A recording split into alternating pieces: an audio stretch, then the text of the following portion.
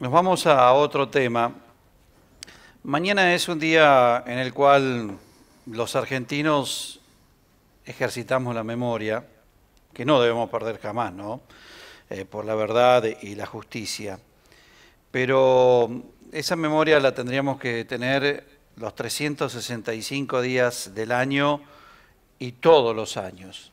Más aún aquellos que no vivieron esa época o aquellos que éramos muy pequeños en esa época o los que nacieron después. Pero también quienes vivieron esa época seguramente deberán tener esa memoria presente, porque aquellos que pueden contar lo que lamentablemente les pasó, pero están aquellos que no los pueden contar, pero que están vivos a través de la memoria de quienes los recuerdan. Parece un juego de palabras, pero no debemos olvidar, aunque muchos años quisimos mirar hacia otro lado y olvidar una etapa negra de nuestra Argentina, como fue la dictadura militar que arrancó un 24 de marzo de 19... En realidad arrancó antes, pero que oficialmente el 24 de marzo de 1976 con el golpe militar se extendió hasta la vuelta de la democracia en 1983.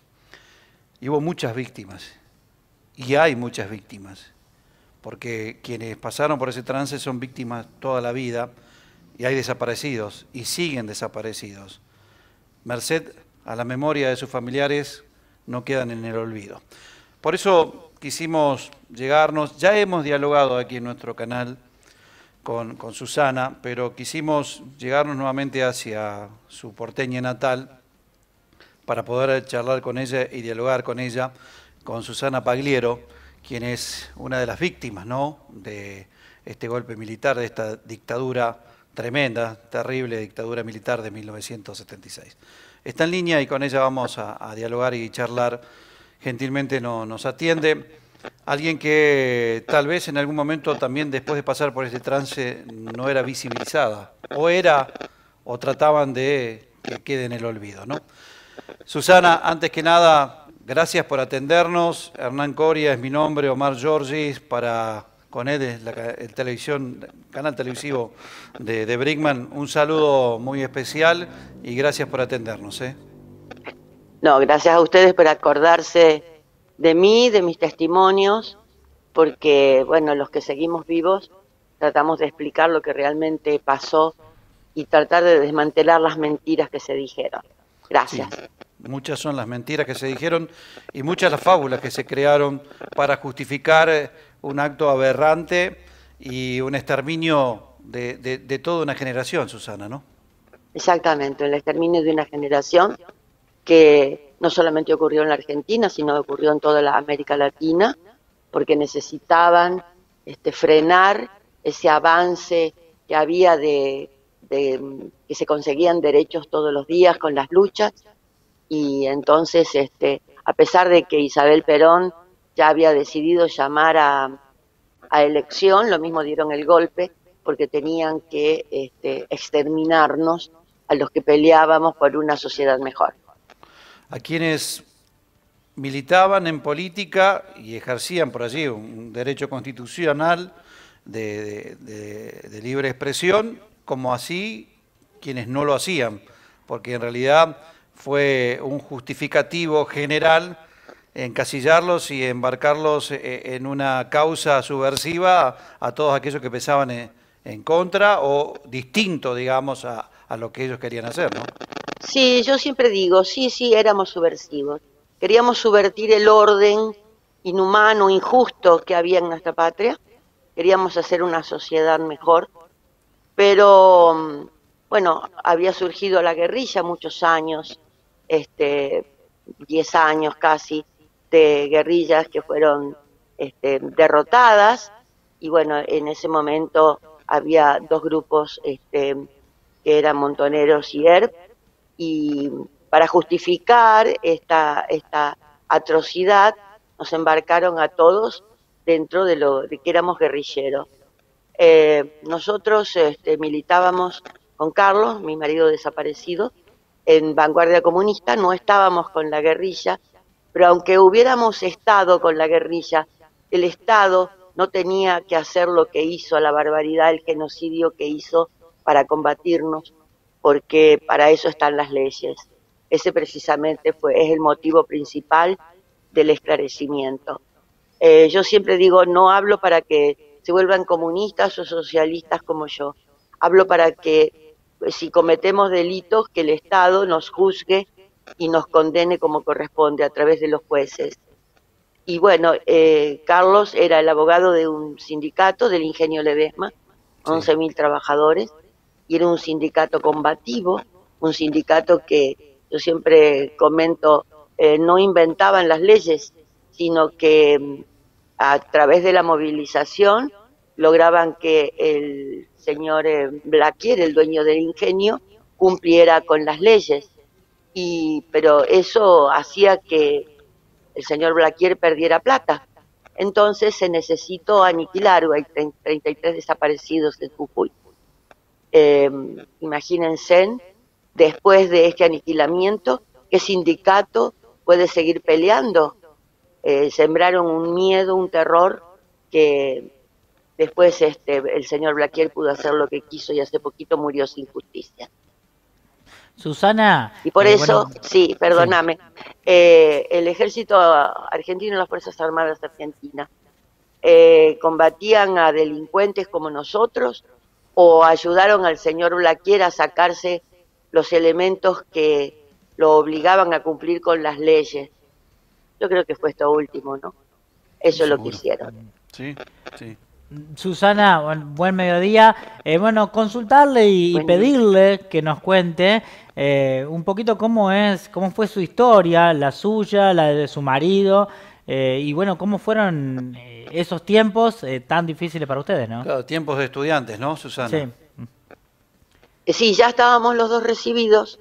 Carlos recién recibido de abogado, quería militar, así que a través de un compañero de estudio, Pablo Bernard, que también está desaparecido, ingresamos a Vanguardia Comunista, primero en Córdoba. Él actuaba como abogado de presos políticos y de distintos sindicatos.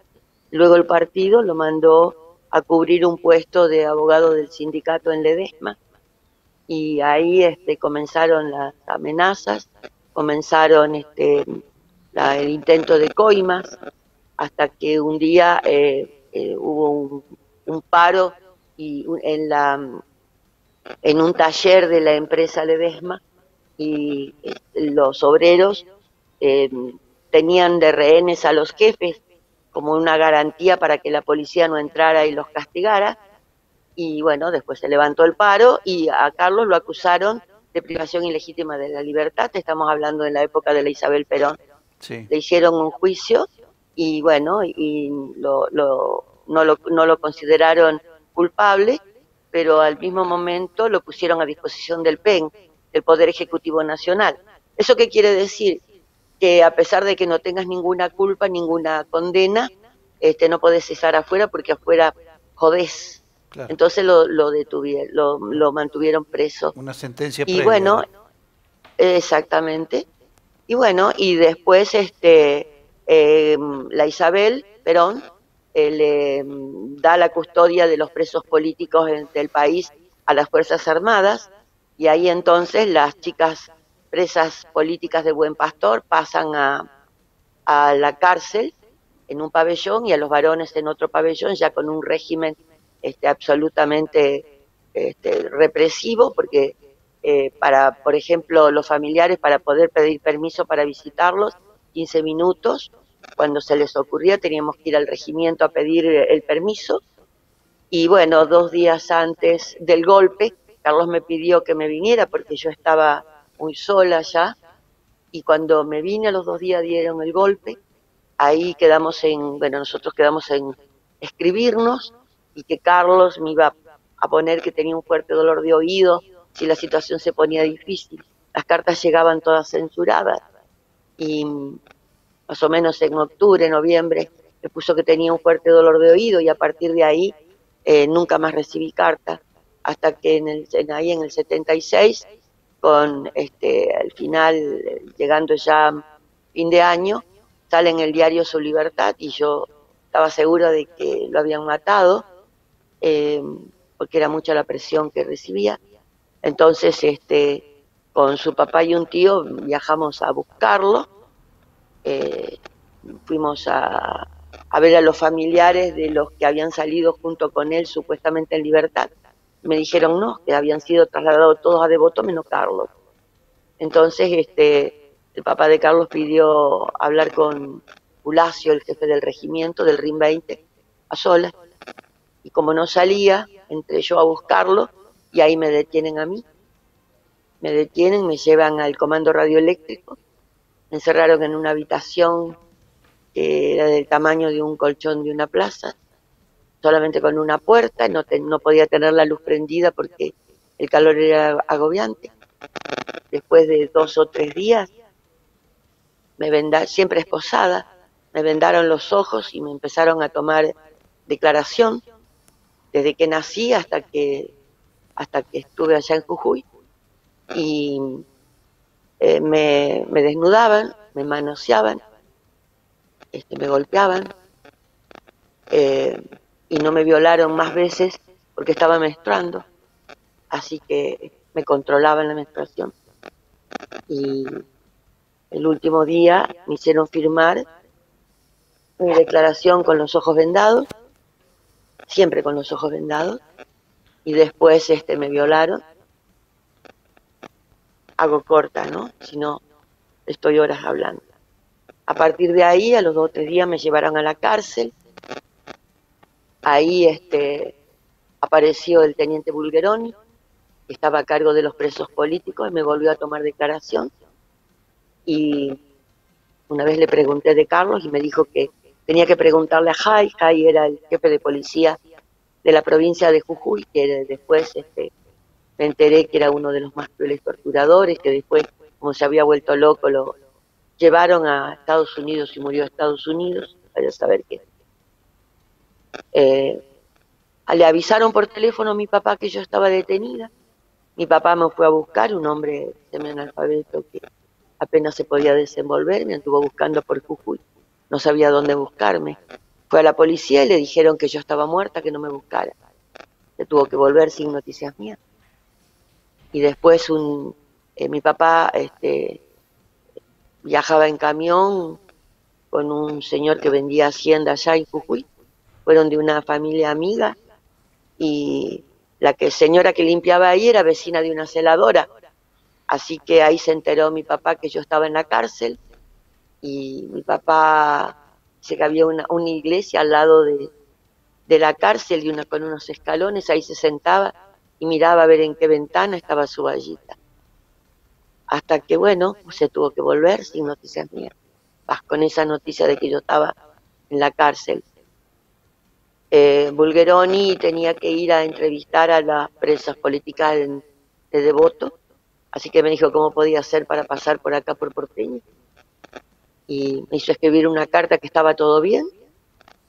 Le entregó la carta a mi papá, y después volvió a los 15 o 20 días, y un día me llamó a la capilla del penal, y ahí apareció mi papá por primera vez, y a partir de ahí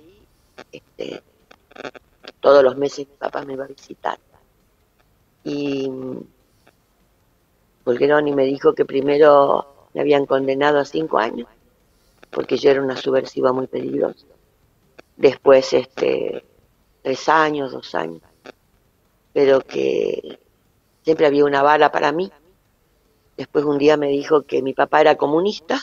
Sí, mi papá era comunista, pero eso no estaba en ningún papel, como él se enteró que mi papá era comunista, y que lo seguían cuando mi papá iba a Jujuy, y yo le pedí por favor que lo dejen tranquilo, que mi papá no tenía nada que ver con nada.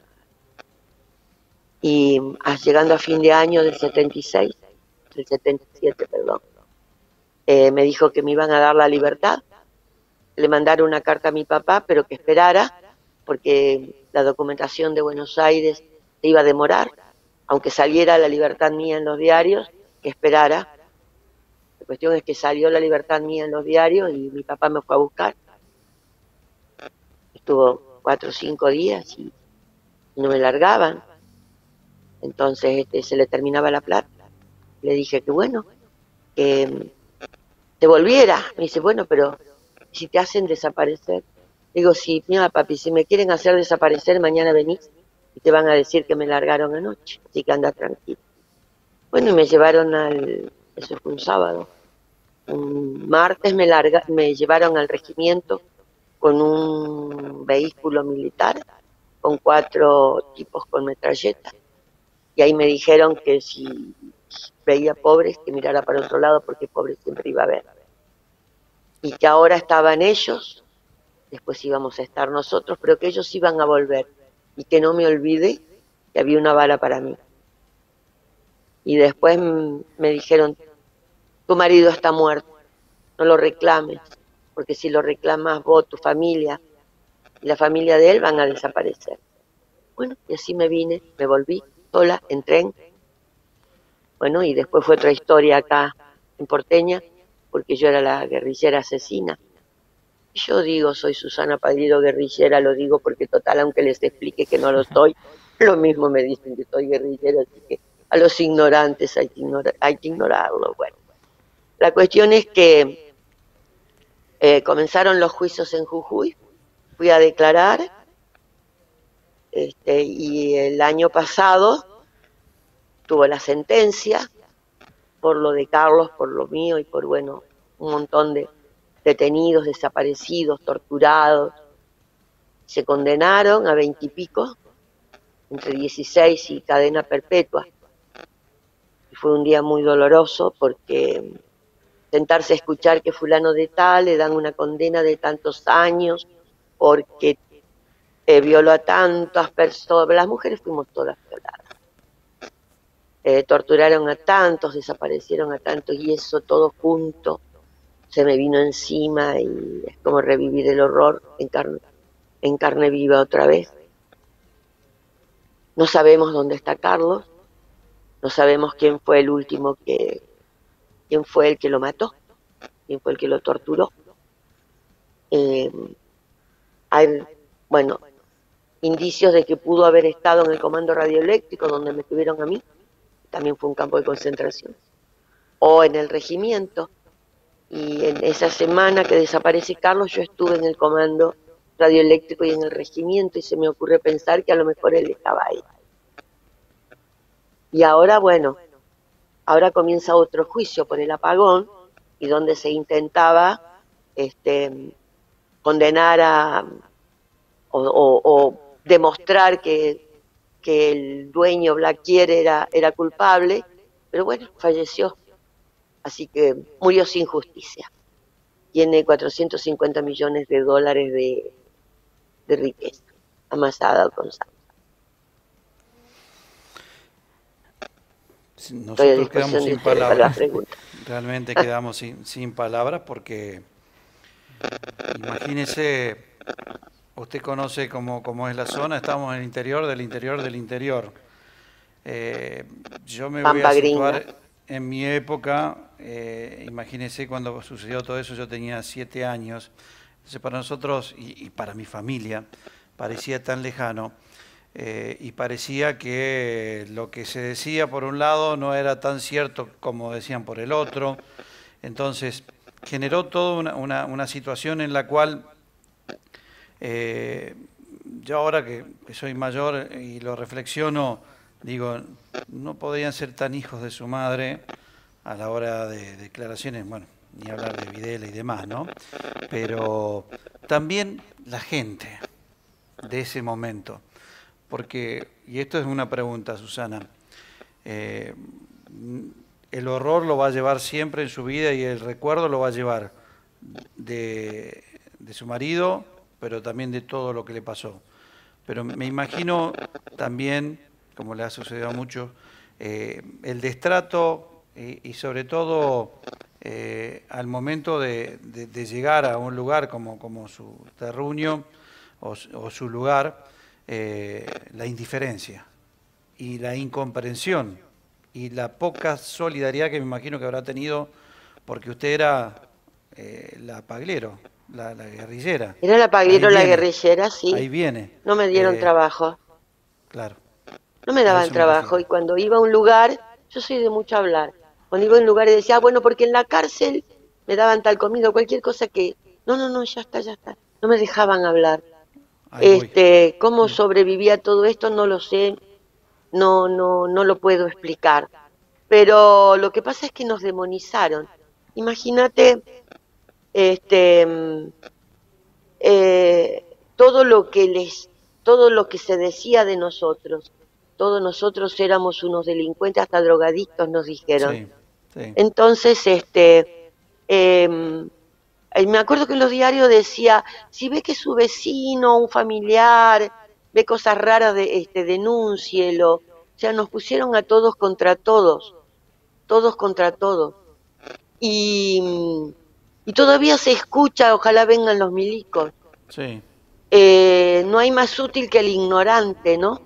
Por eso mi función en esta vida hasta que me muera va a ser contar lo que viví, lo que vivimos, cómo era esa época.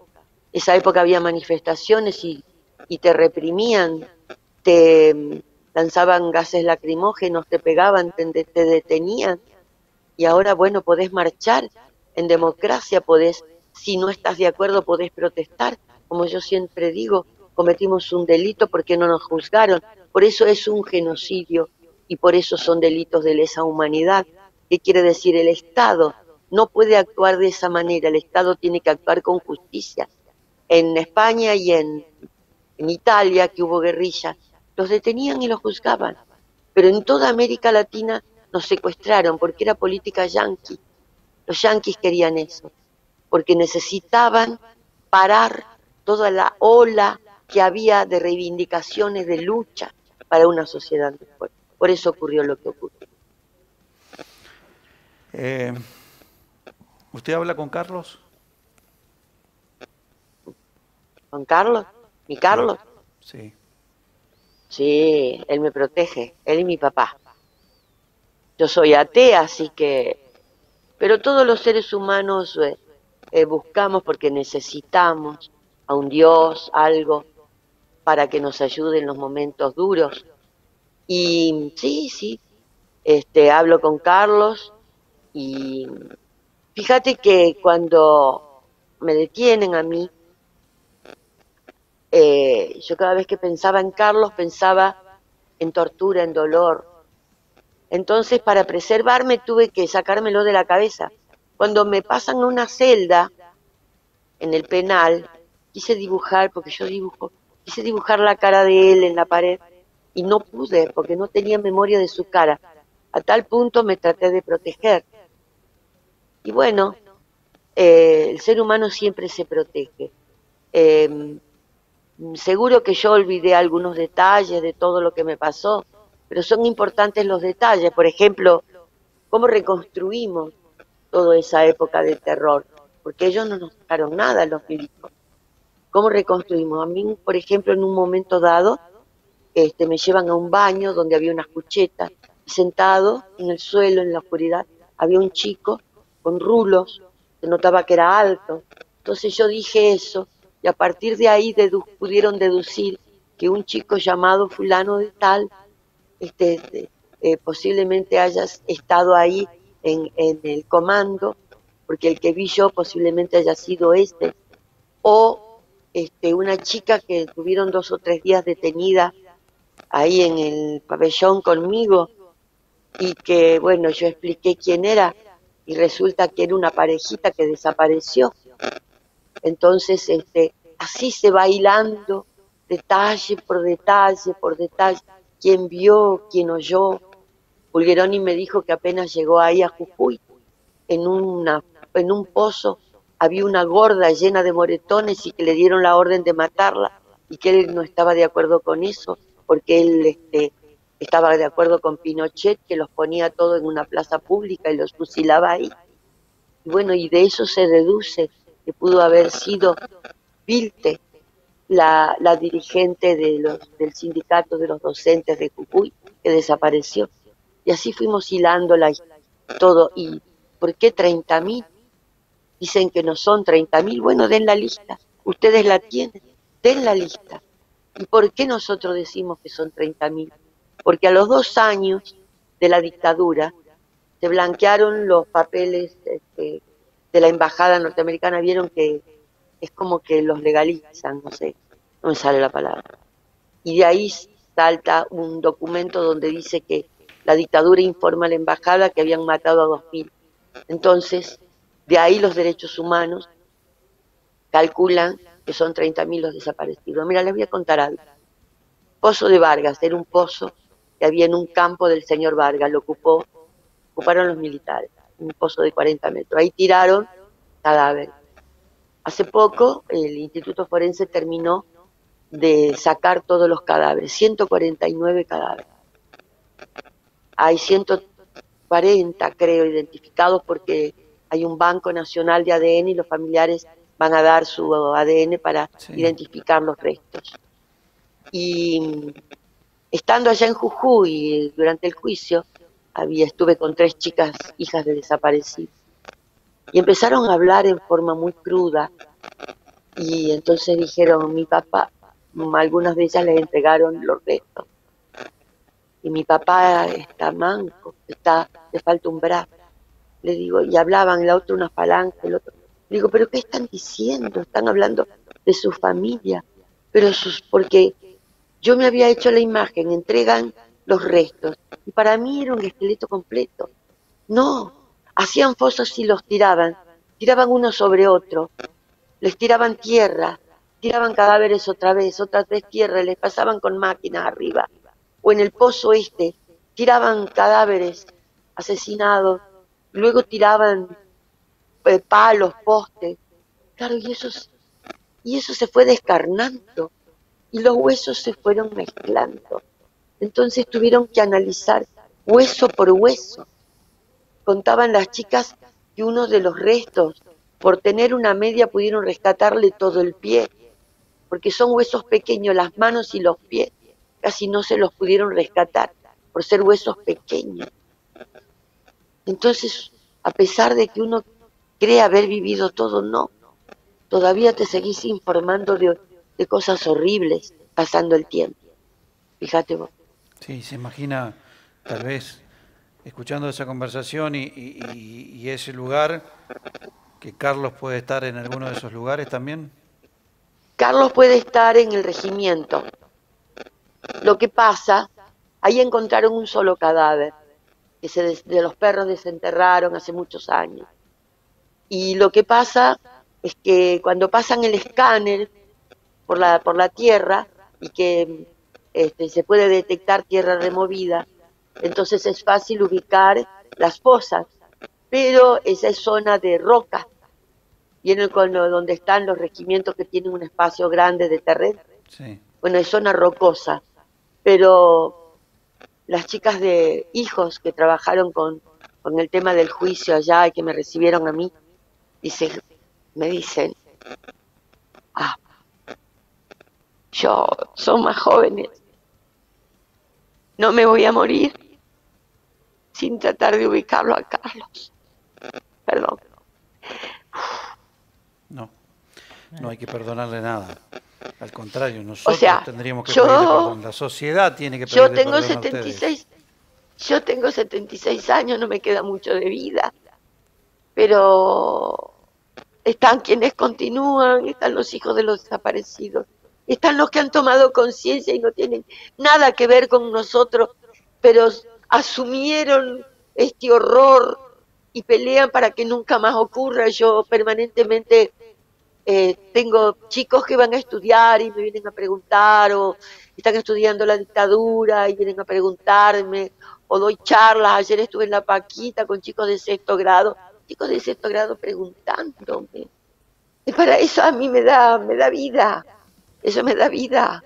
Y allá los ignorantes que piden que vuelva la dictadura, allá los ignorantes que no les importa, somos seres humanos. No permitan que a nadie les ocurra lo que nos ocurrió a nosotros. Por favor, aún el mayor delincuente tiene derecho a justicia. Fíjense, en ninguno de nosotros, ninguno de los hijos, ninguno de los detenidos ninguno de nosotros agarró un arma y fue y los mató. ¿Qué pedimos? Justicia. Hoy siguen los juicios, tienen garantía, están en cárceles sanas. Nosotros yo agradezco no haber estado en un campo de concentración porque no sé cómo hubiera salido rodeada de gente torturada, cómo hubiera salido mi cabeza. Mi cabeza salió bastante bien dentro de todo porque estaba sola en el penal. Cuando me tuvieron en el comando estaba sola, o por lo menos no vi a nadie. No sentí dolor ajeno. Solamente había una señora que era la esposa del capo del Partido Comunista. No tenía un corno que ver y había denunciado la desaparición de su marido. La tuvieron 5 días y lloraba todo el día y lloraba todo el día. Yo pedía por favor que la liberaran por ella y por mí. Yo sola me mantenía, pero teniendo una persona sufriendo al lado es muy difícil. Susana, así que bueno. No, de mi parte ¿Sí? solamente preguntarle, bueno, ¿por qué es importante mantener la memoria? Principalmente aquellos que, bueno, en el caso mío no lo vivimos y de muchos chicos bueno, que gracias a Dios tampoco le tocó pasar, ¿no? Bueno, ¿por qué es necesaria mantener la memoria? Porque dice que el ser humano es el único ser que tropieza 2 veces con la misma piedra. Y les conviene mantenernos ignorantes porque además, bueno, a nosotros nos hacen creer que elegimos nuestras autoridades y no es así, porque cuántos golpes militares hubo en nuestro país. El último fue tan horrendo que ya no se animaron, los militares no se quieren más involucrar. Cada vez que un gobierno quería hacer algo a favor del pueblo, le daban el golpe. Entonces aprendamos, tengamos criterio, sepamos darnos cuenta, tratar de escuchar varias voces para que nunca más vuelva a ocurrir esto, porque nadie es dueño de la vida como fueron ellos, de nuestras vidas, de nuestros hijos, de nuestra salud, porque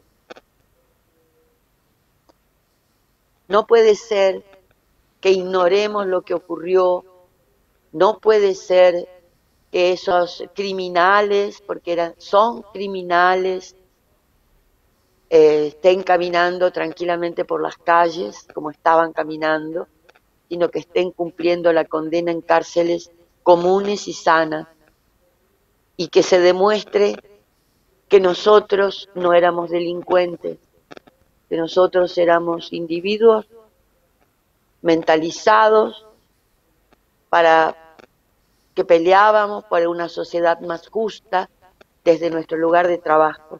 Por eso hay que tener memoria y tiene que haber justicia.